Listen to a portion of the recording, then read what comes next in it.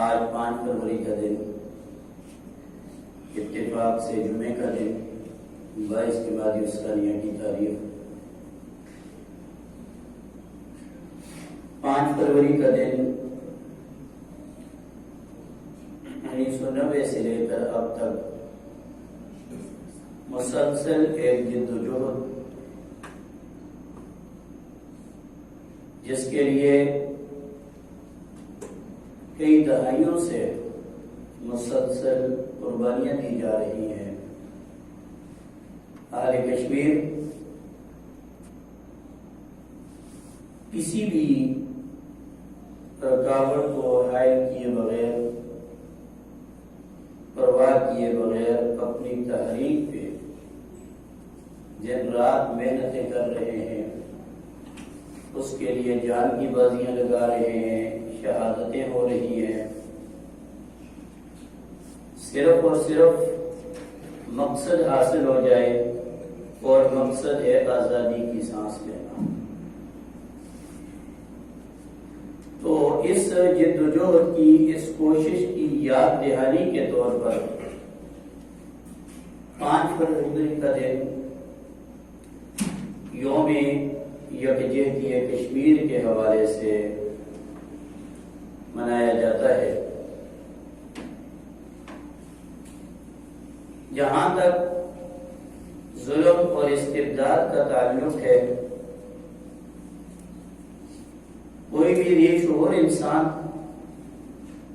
اس سے انکار نہیں کر سکتا کہ اہل کشمیر پر 73 سالوں سے کیا کچھ نہیں گزر رہی، اور اس کے لیے کسی دلائل کی ضرورت نہیں، کیونکہ جب سورج نمایاں ہوتا ہے دلیل کی ضرورت نہیں ہوتی. تو مسلمانان کشمیر پہلے دن سے لے کر اب تک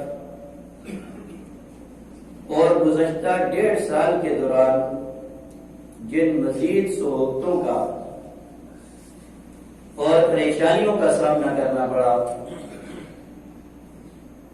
اس کا اندازہ شاید کہ ہم نہ کر سکیں، کیونکہ ہم تو عیش اور عشرت کے عادی ہو چکے ہیں.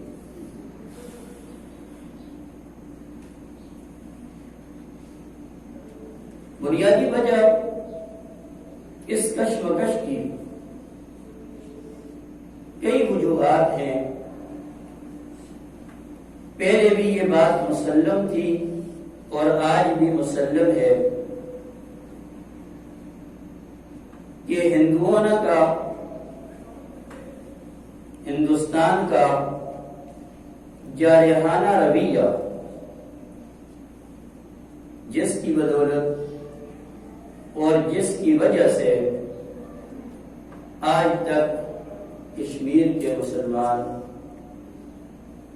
ان پر ظلم کی چکی چلی جا رہی ہے، یہ ظالمانہ رویہ ہے. جب ایک اصولی کہانی تھی کہ مسلم اکثریت والے علاقے مسلمانوں کو دے دیے جائیں اور ہندو اکثریت کے علاقے بھارت کے حصے میں رہیں. اس وقت کشمیر کا حکمران ایک سکھ تھا اور سکھ یہ چاہتا تھا کہ یہ خطے کشمیر کے ہندوستان کے علاقے کے ساتھ لاحق کر دیے جائیں. مگر ہمارے اکابرین نے، بانیان پاکستان نے اور تحریک پاکستان کے مرکزی رہنماؤں نے اس مطالبے کو یکسر مسترد کیا اور سابقہ اصول پر پرکھتے ہوئے یہ کہا کہ اگر 95% آبادی مسلمانوں کی ہے تو ضابطۂ قانون کے تحت یہ علاقے مسلمانوں کے ہوں گے، پاکستان کے ساتھ ان کا الحاق ہوگا. جہاں 5% آبادی ہندوؤں کی ہے، دیگر مذہب کے پیروکاروں کی ہے، تو صرف ان کی بات پر لبیک کہتے ہوئے، ان کی پکار کو اجاگر کرتے ہوئے اس خطے کو، جس کو جنت نظیر خطہ کہا جاتا ہے، اس کو ہندوستان کے حوالے نہیں کیا جا سکتا۔ لیکن جس طرح ہر زمانے میں یہ کشمکش رہتی ہے حق اور باطل کی، باطل کے بھی مختلف زاویے ہوتے ہیں، لیکن یہ بات میں نے گزشتہ جمعے میں بھی بڑی تفصیل کے ساتھ ذکر کی تھی مسئلہ اسرائیل کے حوالے سے، کہ چاہے وہ نصارہ ہیں یا یہود ہیں، آپس کے اندر اگرچہ ان کے اختلافات ہیں، لیکن مسلمانوں کے خلاف وہ ایک پلیٹ فارم پر ہمیشہ نظر آتے ہیں۔ تو یہاں پر بھی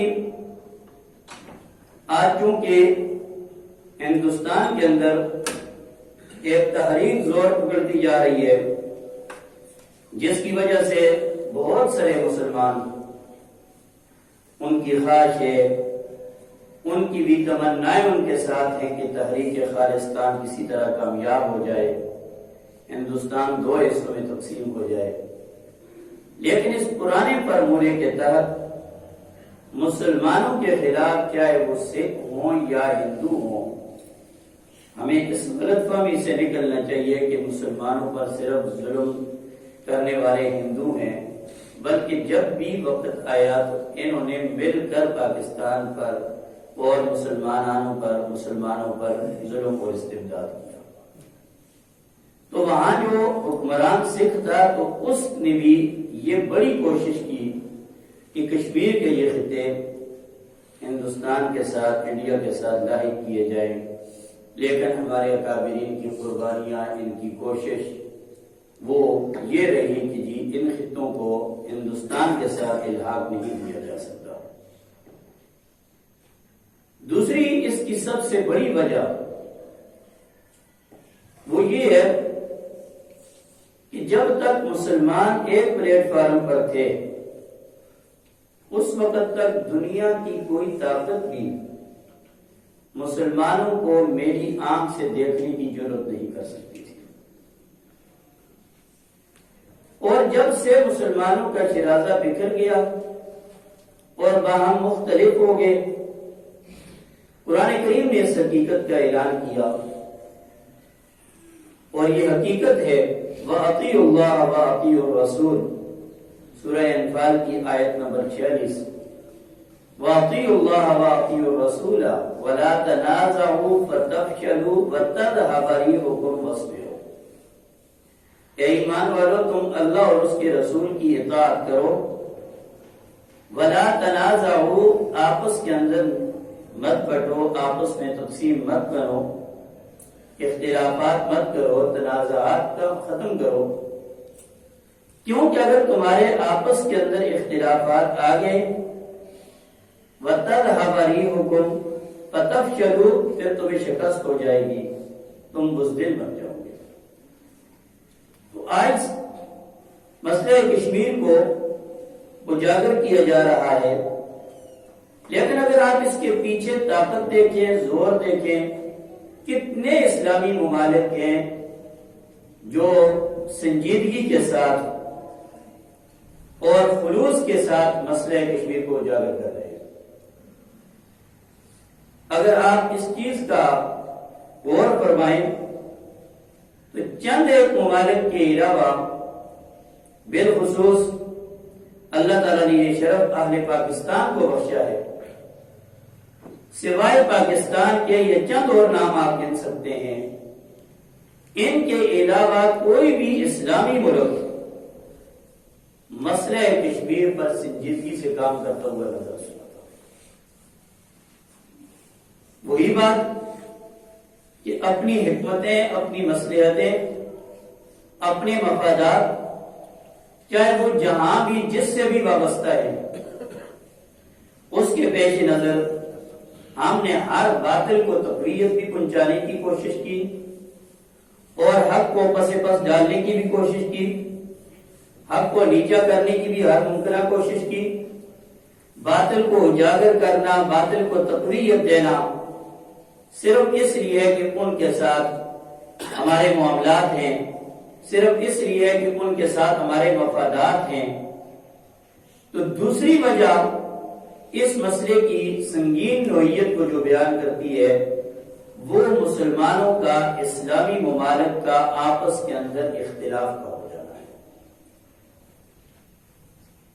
اور تیسری چیز جو اس سے ملتی جلتی ہے وہ یہ ہے کہ قرآن کریم نے ایک حقیقت بیان کی سورہ مائدہ کے اندر، سورہ مائدہ آیت نمبر 56، وَمَن يَتَوَلَّ اللَّهَ وَرَسُولَهُ وَالَّذِينَ آمَنُوا فَإِنَّ حِزْبَ اللَّهِ هُمُ الْغَالِبُونَ،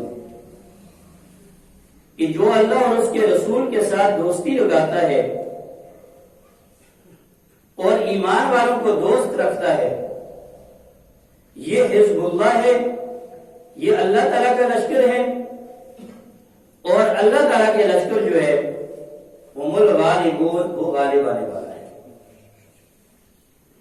اور سورہ مجادلہ کے آخر میں اللہ تعالیٰ نے اس کا ذکر فرمایا، جو حزب اللہ ہوتے ہیں، الا ان حزب اللہ هم المفلحون، حزب اللہ کامیاب ہونے والے ہوتے ہیں۔ اللہ تعالیٰ کا یہ اعلان قرآن کریم کی یہ آیات یقیناً مسترد نہیں کی جا سکتی۔ اب اگر مسلمانوں کو اس حوالے سے ناکامی کا سامنا ہے، شکست کا سامنا ہے، پھر بجائے قرآن کریم میں اپنی تعویلات کو داخل کریں اور اس کی مختلف تدابیر پیش کریں، اس کے بجائے پھر اپنا گریبان جانتے ہیں کہ مسلمانوں کے لیے اللہ تعالیٰ نے جو غلبے کا وعدہ دیا، جو صفات ذکر کی ہیں، آیا کہ آج ہمارے اندر وہ صفات ہیں یا ہم بالکل ان کو بھول چکے ہیں۔ غلبے کی شکل یہ ہے اور اس کے لیے بنیادی شرط یہ ہے، وَمَن يَتَوَلَّ اللَّهَ وَرَسُولَهُ، اللہ اور اس کے رسول کے ساتھ دوستی لگانا، ایمان کی پختگی حاصل ہونا، ایمان والوں کو اپنا دوست بنانا۔ لیکن آج معاملہ بالکل چونکہ الٹ ہو گیا، ایمان والوں سے نفرت بڑھتی جا رہی ہے اور کافروں سے دوستی اور کافروں سے دور دور کی دوستیاں، اور اتنے ان کو قریب کر کے بیٹھے ہیں شاید کہ اس سے بڑھ کر ہمارا کوئی ہمدرد، ہمارا کوئی خیر خواہ نہیں ہے۔ یاد رکھیں ان کی تو یہی کوشش ہے کہ ہم اپنا ایمان چھوڑ کر، ہم اپنا دین اسلام چھوڑ کر ان کی پیروی کریں تاکہ وہ خوش ہوں۔ اور قرآن کریم نے اس حقیقت کا بھی اعلان کیا، یہ لوگ کبھی بھی خوش نہیں ہوں گے یہاں تک کہ آپ ان کے مذہب کی پیروی کریں، آپ ان کی ملت کو اپنائیں۔ تو مسلمانوں کے اندر اس زوال کی، اس پستی کی آج سب سے بڑی وجہ یہ ہے، مسلم حکمران انہوں نے اپنا اوڑھنا بچھونا کہاں تک بنایا ہوا ہے۔ آپس کے اندر ان کے کیا تعلقات ہیں، اسرائیل کے ساتھ ان کے کیا تعلقات ہیں، ہندوستان کے ساتھ ان کے کیسے تعلقات ہیں، جو مسلمانوں پر ظلم کر رہے ہیں ان کے ساتھ وہ سینے لگا رہے ہیں، ان کی دعوتوں میں جا رہے ہیں، ان کو اپنے ہاں مدعو کر رہے ہیں۔ تو یہ رویہ ایسا ہے کہ اگر ہم دشمنوں کو گلے لگا کر اللہ تعالیٰ سے فتح اور نصرت کی دعائیں مانگیں، یہ ہمارا خیال ہے قرآن کریم کے ضابطے کے خلاف ہے، جس کو مسلمان آج چھوڑ چکے ہیں، اس اہم اصول کو، الا ان حزب اللہ هم المفلحون۔ اللہ کریم فرماتے ہیں جو میری جماعت کے بندے ہوتے ہیں، جو میرا لشکر ہوتا ہے، وہ کامیاب ہوں گے۔ اگر کہیں ناکامی ہے تو اس کے پیچھے ان وجوہات میں سے کوئی وجہ ضرور ہے۔ پھر یہ مسئلہ اس قدر اہمیت کا حامل ہے کہ اگر بغور دیکھا جائے تو مسلمان جو اس وقت راحت اور سکون کی زندگی گزار رہے ہیں، ان کی کے فوائد وہ اپنی ذات تک ہیں. اگر کسی کو مشکل پیش آتی ہے، کسی دکھ یا تکلیف میں مبتلا ہوتے ہیں، ہم میں سے ہر بندہ دیکھ لے کسی کی جوڑ چھوٹ جاتی ہے، اس کے بعد اس کا اللہ تعالیٰ سے تعلق کیسا بن جاتا ہے. وقتی طور پر اس کی جوڑ چھوٹ گئی یا کہیں پیسے پھنس گئے، اب اس کے بعد اس کا طریقہ کار یہ ہوتا ہے کہ وہ بڑی خشوع خضوع کے ساتھ اللہ تعالیٰ سے الہا گزاری کرتا ہے. لیکن اتنا بڑا ظلم دیکھ کر، اتنی بڑی پریشانی دیکھ کر، کیا ہم نے اتنی سنجیدگی کے ساتھ اور اتنی خشوع اور خضوع کے ساتھ اپنے کشمیری بھائیوں کی کبھی دعا کے لیے ہاتھ اٹھائے ہیں؟ کہ میں وہ بات کر رہا ہوں. اب آیا کہ ہماری ذمہ داری کیا بنتی ہے اس دن کے حوالے سے؟ صرف خاموش رہنا اس سے تو تقاضا پورا نہیں ہوتا. 2 منٹ کی خاموشی سے تو تقاضا پورا نہیں ہوتا. کسی جلسے میں شریک ہو جانا، کسی جلوس میں شریک ہو جانا، اس سے تو ذمہ داری کا تقاضا پورا نہیں ہوتا. ہم انفرادی طور پر کیا کر سکتے ہیں اور اس کے بعد اجتماعی سطح پر ہماری کیا کیا ذمہ داریاں ہیں؟ تو جس طرح ہم کسی کرب مصیبت میں مبتلا ہوتے ہیں، اس کے بعد ہمارا اللہ تعالیٰ سے جو تعلق ہوتا ہے، کبھی ہم نے اپنے مسلمان بھائیوں کو بھی پریشانی میں دیکھ کر ایسا تعلق بنایا ہے؟ کبھی ان کے لیے بھی ہم نے دعائیں کی ہیں؟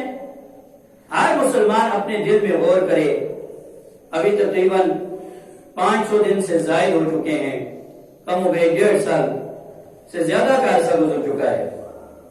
لاک ڈاؤن اور ان کی یہ پریشانی، جہاں آمد و رفت کا کوئی نظام نہیں، جہاں ایک دوسرے سے ملنے کا کوئی انتظام نہیں، جہاں دوسروں کے لیے مہمان بننے کا کوئی انتظام نہیں، جہاں ایک دوسرے کے حال احوال پوچھنے کا کوئی انتظام نہیں، ذرائع مواصلات ختم، ذرائع آمد و رفت ختم، کھانے پینے کی اشیاء ختم. اگر ذرا اپنا دیکھیں، اللہ تعالیٰ نے اگر ابھی سے لائٹ بند ہو جائے، شام تک لائٹ نہ ہو تو ہمارا کیا حال ہوتا ہے؟ ہم تو عادی ہو چکے ہیں نعمتوں کے. اور اگر بغیر کسی پیشگی اطلاع کے گرمی کے سیزن میں چند گھنٹے لائٹ چلی جائے تو ہمارا برا حال بن جاتا ہے. اور لائٹ کو تو چھوڑو، وہ تو بہت دور کی بات ہے. موبائل سروس معطل ہو جائے، ہمارے فون سروس معطل ہو جائیں، ہماری حالت کیا بن جاتی ہے؟ اپنی اس روش کو دیکھیں اور وہاں اہل کشمیر کے حال کو دیکھیں جہاں 500 دن گزر چکے ہیں. ان کی حالت ایسی ہے. ایک بھائی بتا رہے تھے، بہت قریب سے انہوں نے یہ منظر دیکھا، وہاں قریب کے رہنے والے ہیں. انہوں نے دیکھا کہ اگر یوں کہا جائے کہ ہر گھر کی ذمہ داری فوج کو سونپی گئی ہے اور فوج اپنی ڈیوٹی کر رہی ہے ہر دروازے کے سامنے بیٹھ کر، تو بجا رہی ہے. یہ بات بالکل بجا نہیں ہے. ہر گھر کے سامنے ایسی نگرانی ہو رہی ہے، ان کی نقل و حرکت کو دیکھا جا رہا ہے اور دیکھا جا رہا ہے کہ ان کے پاس کیسی چیزیں آتی ہیں. اب ہمارا تو چند دن کا لاک ڈاؤن، وہ بھی سماج لاک ڈاؤن، جہاں ہمارے میڈیکل سٹور کھلے ہیں، جہاں ہمارے جنرل کریانہ سٹور کھلے ہیں، ہم پر کیا گزر گئی. ہم تو اتنا لاک ڈاؤن بھی برداشت نہیں کر سکے. لیکن جہاں مکمل بائیکاٹ ہو گیا، اب ان کی حالت کو دیکھ کر ہم مسلمانوں نے کبھی سنجیدگی کے ساتھ ان کے حوالے سے اللہ تعالیٰ سے اپنا تعلق جوڑا ہے؟ اگر نہیں جوڑا تو یہ ہم نے بہت بڑی بتائی. اگر ان کے لیے ہم نے دعاؤں میں انہیں شامل نہیں کیا، ان کے لیے سنجیدگی سے للہیت اور انتہائی عاجزی اور انکساری کے ساتھ اگر دعائیں نہیں کی، ہم اس کے مجرم ہیں. دوسری بات حدیث میں آتا ہے کہ نبی پاک صلی اللہ تعالی علیہ وسلم نے فرمایا، ان المؤمن للمؤمن کالبنیان، مسلمان مسلمان کے لیے عمارت کی طرح ہے، بنیاد کی طرح ہے.